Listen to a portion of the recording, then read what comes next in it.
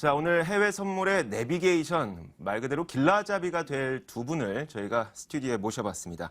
KR투자연구소 신동국 대표 그리고 김은혜 연구원 나와 있습니다. 어서 오세요. 예, 안녕하십니까. 안녕하세요. 자, 일단 그 해외 선물이라고 하면 사실 저도 그래요. 굉장히 어렵다. 이런 느낌이 많이 들고 앞서서 제가 얘기한 것처럼 관심은 있는데 방법을 몰라서 어떻게 할지 모르겠다라는 생각이 들 수밖에 없거든요. 근데 이제 우리의 방송을 보면 해외 선물을 해볼 수가 있을까요? 예, 맞습니다. 금방 말씀하신 것처럼 이 해외 선물이라는 것은 어렵지 않고요. 일단 쉽고 우리가 많이 활용할 수 있습니다.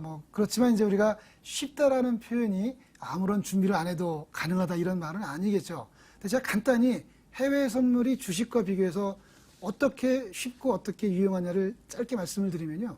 하나는 주식은 가격이 상승할 때 매수만 가능합니다. 네. 하락장에서는 대응하기가 어렵죠. 그런데 해외 선물은 가격이 하락이 예상될 때 매도를 할 수 있습니다. 그리고 해외 선물은 많은 분들은 이렇게 증거금을 이용해서 레버리지를 이용하지만 실제로는 적은 자금으로 효율적으로 투자할 수 있는 그런 투자 자산이다. 이렇게 이제 말씀을 드리겠습니다. 네. 그리고 무엇보다 우리가 주식은 투자자마다 생각이 좀 다르실 수 있습니다만은 우리가 정보 비대칭이다. 조금 약간 어려운 말일 수 있지만 투자자 입장에서는 접근하기 어려운 경우가 많습니다. 개별 종목에 대해서는. 네. 그런데 해외 선물의 기초 자산이 되는 자산들에 대한 정보는 우리가 충분히 비교적 상대적으로 불리하지 않게 접근할 수 있습니다. 그런 그 세 가지 정도가 아마 기존의 주식보다도 훨씬 쉽고 용이하다 이렇게 말씀을 드리겠습니다. 네. 자, 일단 이 해외 선물이라고 하는 것은 상승장에서나 혹은 하락장에서나 모두 수익을 낼 수가 있기 때문에 선물은 워낙 이 주식의 손실 회피용으로도 많이 사용이 되는 거죠. 자, 그런데 이 해외 선물은 사실 우리가 한두 가지만 다루는 게 아닙니다. 어떤 것들을 다루게 되나요? 네, 저희 이제 해외 선물 내비게이션에서는 유로화, 금, 원유, 이미니 S&P 500 종목을 다룰 거예요. 이 네 종목은 이제 한국 시장 참여자들이 가장 많이 거래를 하는 종목인데요. 이제 이 네 가지를 다루고 이 외에도 이제 저희가 시장 상황에 따라서 이제 주요 종목들을 한두 가지 정도 더 소개해 드릴 예정입니다.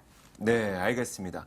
자, 저희가 주로 앞으로 다루게 될 것은 유로화, 그리고 유가와 금, S&P 500. 이 가운데 어떤 것들을 저희가 선택을 해서 계속해서 여러분들에게 투자 전략을 세워드릴 겁니다.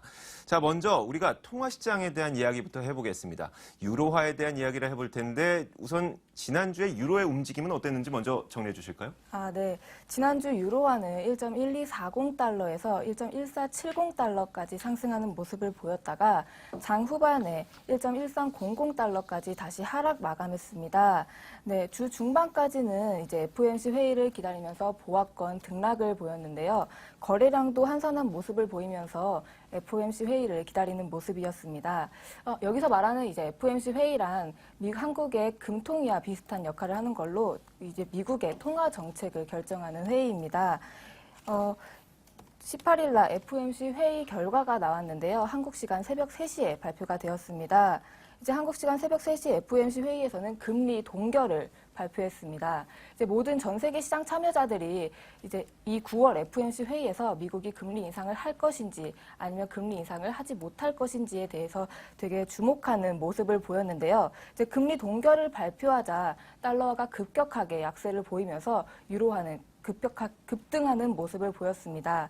이 이후에도 이제 새벽 3시 30분에 옐런 의장의 발언이 있었는데 옐런 의장이 이제 중국 및 신흥국 경기 둔화 우려감을 이야기하자 이제 달러화가 더 약세를 보이면서 유로화의 상승폭은 더욱 커지는 모습이었습니다. 이 이후에 금요일 날 이제 19일이죠. 꾀레 집행이사가 22일 꾀레 집행이사가 필요시 유로화의 네. QE의 규모를 더욱더 늘릴 수 있고 예정되었던 2016년 9월 종료가 아니라 네. 더 연장할 수도 있다는 발언을 하면서 이제 QE 규모가 더 확대될 수 있다는 예상이 이제 시장에 유입이 되었습니다. 이로 인해 유로화가 다시 약세를 보이면서 1.1300달러까지 하락하는 모습을 보였습니다. 네. 네. 알겠습니다. 자, 그렇다면 달러 인덱스에 대해서도 좀 설명을 준비하신 것 같던데요. 네, 이제 달러 인덱스는 네. 주요 6개국 통화, 주로 유로, 엔, 파운드, 그리고 캐나다 달러, 스웨덴 크로네, 혹은 그러니까 또 스위스 프랑에 대한 달러의 상대적인 가치를 이제 지수화한 것입니다. 네. 이제 그 중에서도 유로화의 비중이 거의 60%에 달하기 때문에 이러한 유로화가 상승을 하게 되면 달러 인덱스는 하락을 하게 되고 유로화가 이제 하락을 하게 되면 달러화는 이제 상승을 하는 모습을 이제 보이는 것이죠. 서로 이제 상관관계가 반대된다고 볼 수 있습니다. 네, 알겠습니다. 이 환율이라는 게 너무 어려워요. 어려울 수밖에 없죠. 그 약세의 움직임과 또 환율의 움직임은 정반대로 나타나기도 하고 네, 그렇기 때문에 좀 어려울 수밖에 없는데, 자, 지금까지는 저희가 유로화에 대한 이야기를 들어봤어요. 근데 우리가 시장에서 정작 관심을 갖는 것들은 이 유로화보다는 지금 최근 워낙 평가 절하되어 있는 다른 신흥국 통화 아니겠습니까? 다른 통화 어땠습니까?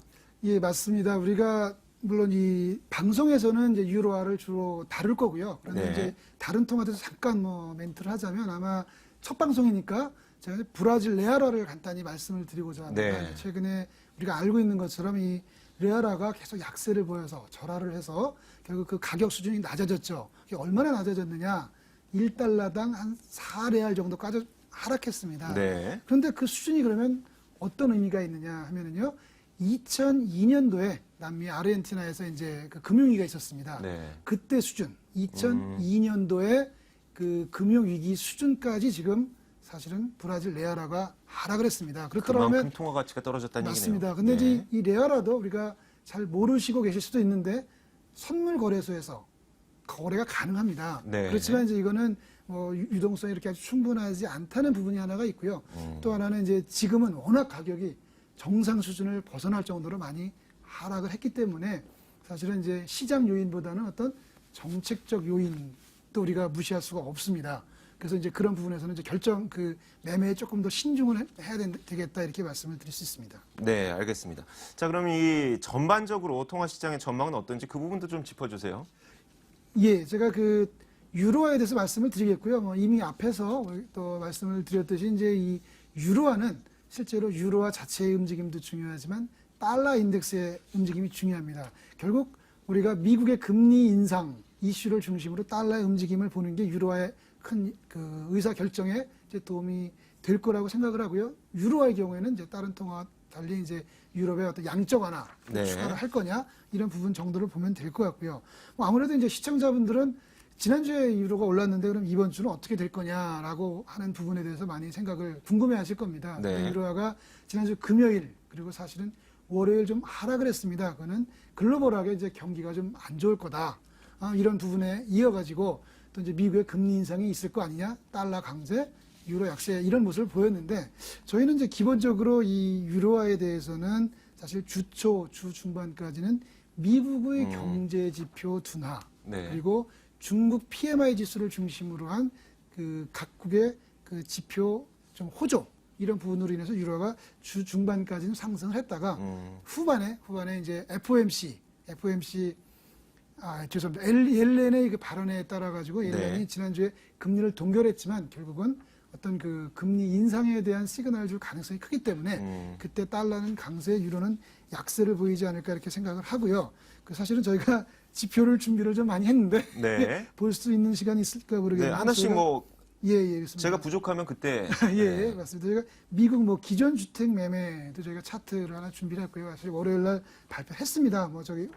그 예상치는 550만 채였지만 사실은 이제 531만 채로 발표가 됐고요. 조금 부진하게 나왔고요. 또 내구재 주문이 있습니다. 내구재 주문 이런 부분도 상대적으로 조금 신규 주택 판매가 지금 나오는데 좀 목요일 날 나올 예정이고요. 또 내구재 주문이 있습니다. 내구재 주문은 조금 부진하게 나오지 않을까. 이런 부분들이 우리가 미국 경제 지표에 대해서는 조금 부진한 쪽으로 해석을 하는 것이고 네. 그다음에 이제 중국 PMI 지수는 저희가 긍정적으로 나올 것으로 예상을 하고 있습니다. 네, 알겠습니다. 자, 일단 그 지난주에 유로존에서 이 유럽의 양적 완화가 발생할 수 있다는 그런 불안감 때문에 그렇게 되면 유로화가 양이 굉장히 많아지잖아요. 유로화의 통화 가치가 떨어질 수밖에 없습니다. 그런 것 때문에 유로화가 하락을 했었는데 이번 주에는 중국의 지표가 개선이 되면서 유로화는 이런 하락폭을 좀 축소하고 오히려 반등 혹은 상승하지 않을까 이런 전망을 내주셨습니다. 자, 지금까지 유로화에 대한 이야기 들어봤고요. 유로화 포트폴리오 확인하겠습니다.